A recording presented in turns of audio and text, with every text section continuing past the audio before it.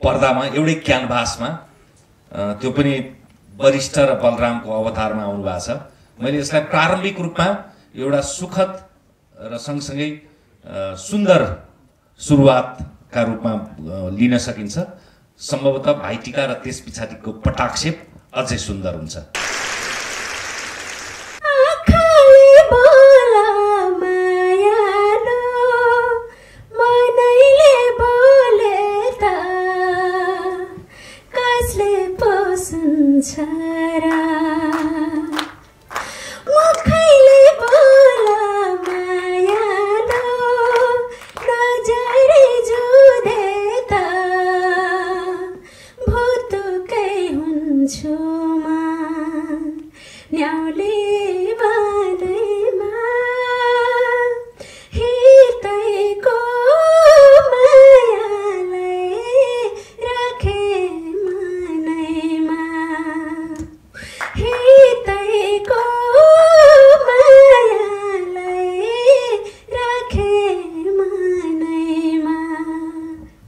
सबै मिडियाकर्मी र दर्शकहरूलाई म धेरै धेरै धन्यवाद भन्न चाहन्छु।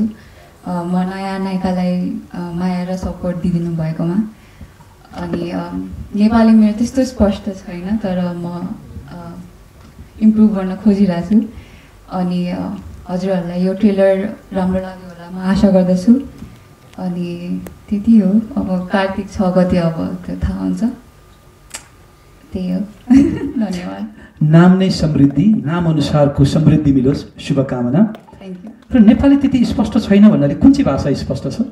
इङ्ग्लिस। ओके, मिक्स गरिदिनुहुन्छ नत्र है। ल अबका लागि दयाहाङ राई। धन्यवाद दाइ।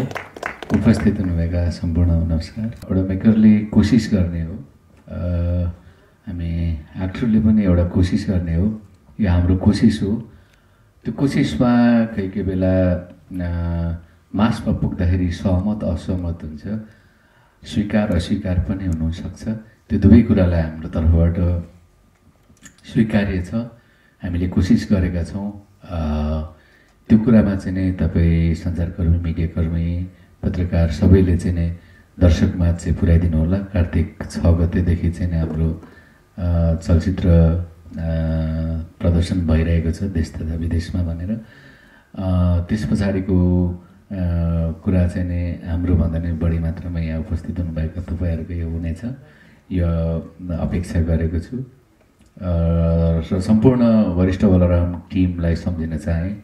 यहाँ भएकोमा नभेटेको शान्तिश्रीजी हुनुहुन्छ, उहाँको गायकी आवाज त छँदैछ, तर उहाँले त्यो आवाजलाई जसरी खेलाउनुहुन्छ त्यसको चाहिँ फ्यान हुँ म पनि है। समृद्धिलाई धेरै धेरै तिमीलाई शुभकामना आगामी दिनको लागि। एकदमै राम्रो काम गर्छ। मैले थोर बहुत हामीले सँगै बसेर उसको कुरा सुन्ने मौका पाएको छु। विशेष चाहिँ तिमीलाई धेरै धेरै शुभकामना।